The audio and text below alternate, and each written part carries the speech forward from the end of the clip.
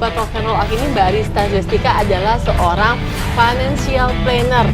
Ya kan, keren banget. Jadi sahabat rock and roll yang ada di rumah, siapin bukunya atau kertasnya, pulpennya, kita mau ngobrol banyak. Kita ngomongin keuangan itu santai-santai aja, jangan terlalu berat. Kenapa? Karena kalau misalnya ngomongin keuangan, uang yang nggak ada makin gila, Mbak. Nah, permasalahannya bukan seberapa besar atau seberapa kecil income yang kita miliki. Oke. Gitu. Karena yang masalah uang banyak aja, masalahnya ada. Bedain dulu mana kebutuhan wajib, butuh, dan ingin. Aku mau nikah. Oke, udah siap-siap. Duitnya ada. Jodohnya nggak ada.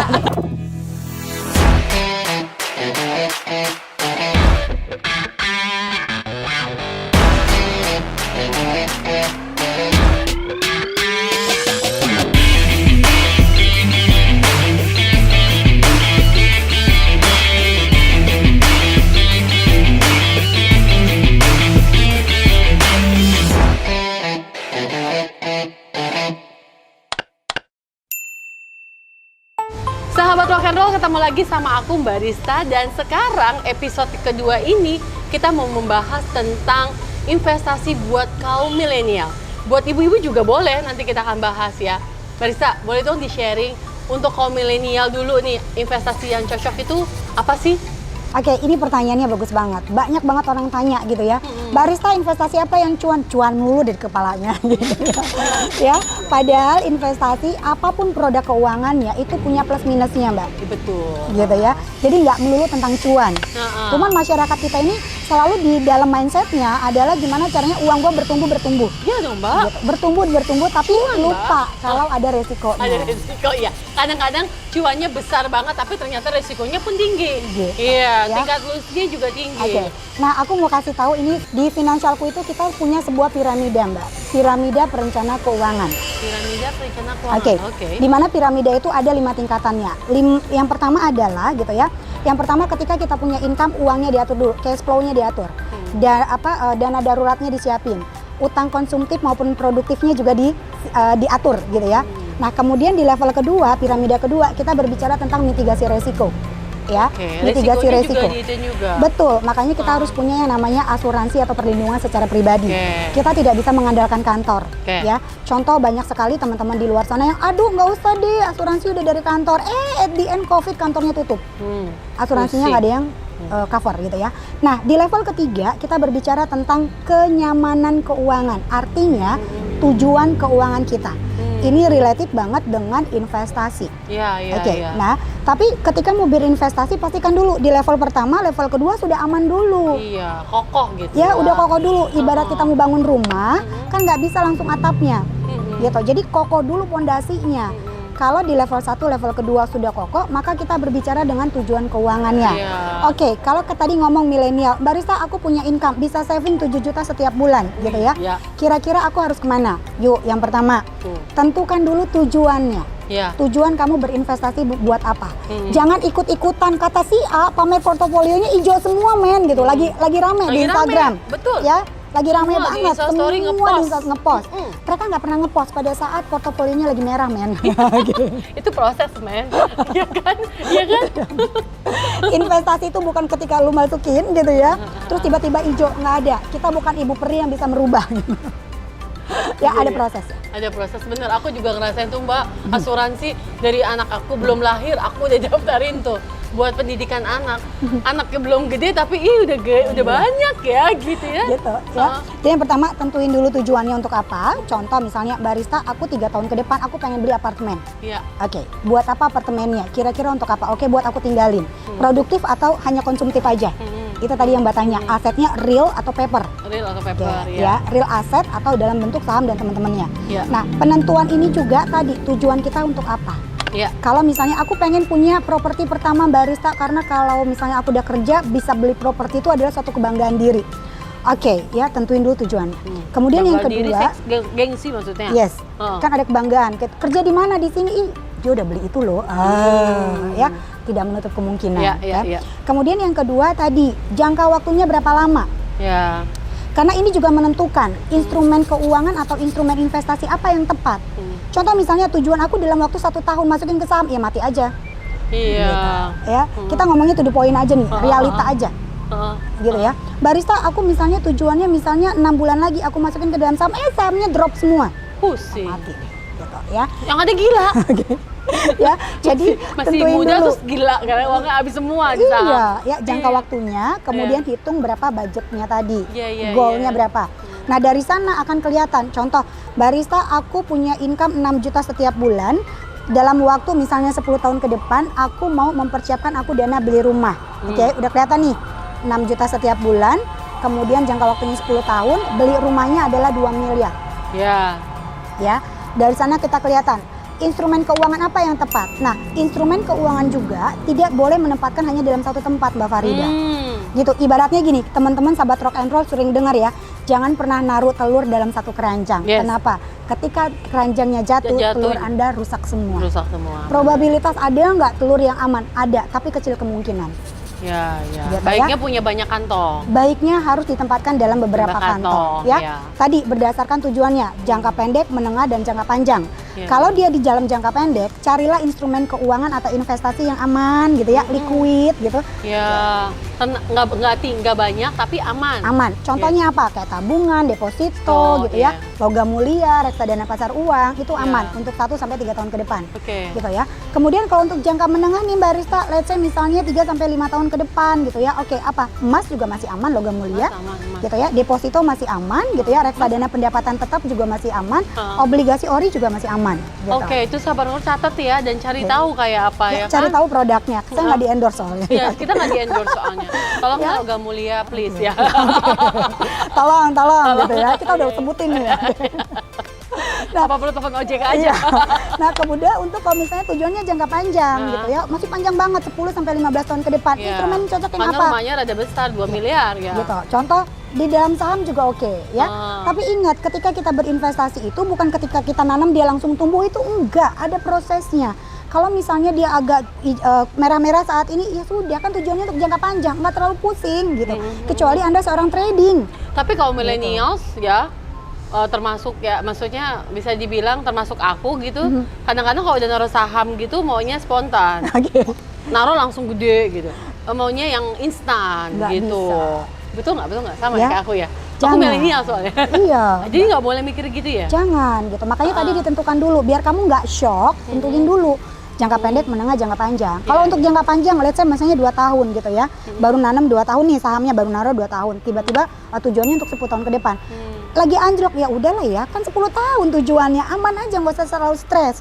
Kecuali kalau misalnya memang tujuan untuk jangka pendek kamu masukin saham, ya itu urusan kamu, bukan urusan saya gitu kan. Kan udah dikasih tahu tadi gitu. Nah, sekarang buat ibu-ibu nih, aku punya kasus. Aku bertiga kakak adik. Aku yang ke tengah sama yang terakhir. Aku ke properti, yang tengah ke properti, yang terakhir lebih sukanya emas, Mbak. Nah, itu gimana, Mbak? Kalau investasinya kok kita kayak berdasarkan kesukaan kita, bukan lihat produknya ya. Kayak aku ngeliatnya gini loh, karena dia suka emas aja dia jadi investasinya emas. Kalau properti dia nggak terlalu suka, makanya dia enggak gitu loh, Mbak. Gimana? Jadi gini nih, sahabat rock and roll, sebenarnya tadi pada saat kita menentukan portofolio aset apa sih yang akan kita bentuk, itu tadi adalah tergantung dari tujuannya sebenarnya. Lebih ke tujuan ya. Jadi pada saat kita membangun sebuah portofolio, harusnya ada 4 pilarnya, Mbak, gitu ya. Ada yang misalnya portofolio yang kita tempatkan untuk likuiditas. Let's say kalau terjadi resiko gitu ya, kan kita nggak tahu resiko nih, bisa hari ini, bisa besok, bisa tahun depan, bisa bulan depan gitu ya. Tapi at least ketika resiko itu datang, kita udah siap dananya. Jadi masukkanlah ke dalam instrumen yang likuiditasnya tinggi. Ya, itu masuknya ke dalam contoh tadi, yang emas, tabungan, deposito, reksadana pasar uang. Nah, kemudian ditempatkan juga dalam aset-aset gitu ya, yang memiliki pertumbuhan. Nah, contohnya apa? Bisa ke dalam saham yang growth ya. Ada saham, ada properti gitu ya. Kita harus diversifikasi namanya, ditempatin beda-beda. Nah, kemudian kita juga harus membangun portofolio yang menjaga stabilitas. Jadi kalau misalnya dalam gonjang-ganjing dia tetap aman aja. Contoh kayak ori gitu kan aman dari pemerintah. Nah, kemudian kita juga harus punya dalam portofolio yang hedging. Artinya kalau kondisi ini dalam keadaan kritis gitu ya, kayak dolar, yen, emas, ini aman untuk kita simpan. Iya. Atau untuk kita berinvestasi gitu ya. Jadi kalau ditanya, salah nggak sih kalau misalnya Mbak Farida hanya pengen properti, tadi Mbak, semua produk keuangan dan investasi ada plus dan minusnya. Tapi mereka sebenarnya adalah saling mendukung dan saling support. Di emas aja boleh nggak? Ya nggak bisa juga gitu. Sekarang kenaikan emas itu sampai berapa lama sih, berapa persennya gitu ya? Kira-kira masih menunjang nggak untuk mengejar inflasi? Di mana inflasi untuk konsumtif kita itu 4-8%. Ya, inflasi untuk dana pendidikan 10-15% dan inflasi kesehatan kita mencapai 36%. Kira-kira cukup nggak kalau hanya ditaruh dalam emas aja? Mesti berapa puluh kilo kita punya? Iya. Gitu ya. Berapa kilo lu punya emas? Bener. Maaf ya adanya Mbak. Gitu. Nggak apa-apa, dia biar tahu juga. Gitu ya. Nah, bukan berarti nggak boleh aja gitu. Tapi tadi harus mikirin yang lain juga. Gitu ya. Contoh kalau misalnya di dalam properti aja, properti itu bagus gitu ya untuk cepet kita kaya kalau aku bilang. Hari ini ya Mbak. Jualnya susah nih. Ya, itu tadi ya udah dijawab. Kita hari ini beli per meter 100.000 misalnya, 10 tahun kemudian jadi misalnya jadi 1 juta atau 2 juta per meternya. Itu kan cara kita cepet kaya untuk puluhan tahun.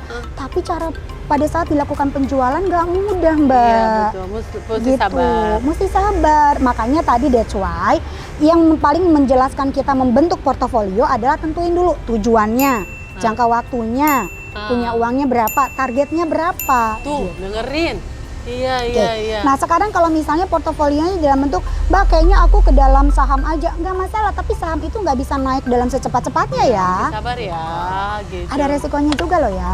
Iya. Itu sahabat rock and roll yang walaupun masih muda, ayolah mulai berinvestasi. Betul. Mulai mikirin jangka panjang. Ya kan? Investasi yang paling bagus saat ini adalah investasi untuk diri sendiri. Artinya apa? Investasi leher ke atas, belajar upgrade terus ilmunya, gitu ya. Karena orang yang paling hebat atau orang yang paling sukses adalah bukan orang yang banyak duitnya loh Mbak Farida. Bukan orang yang paling banyak asetnya, bukan.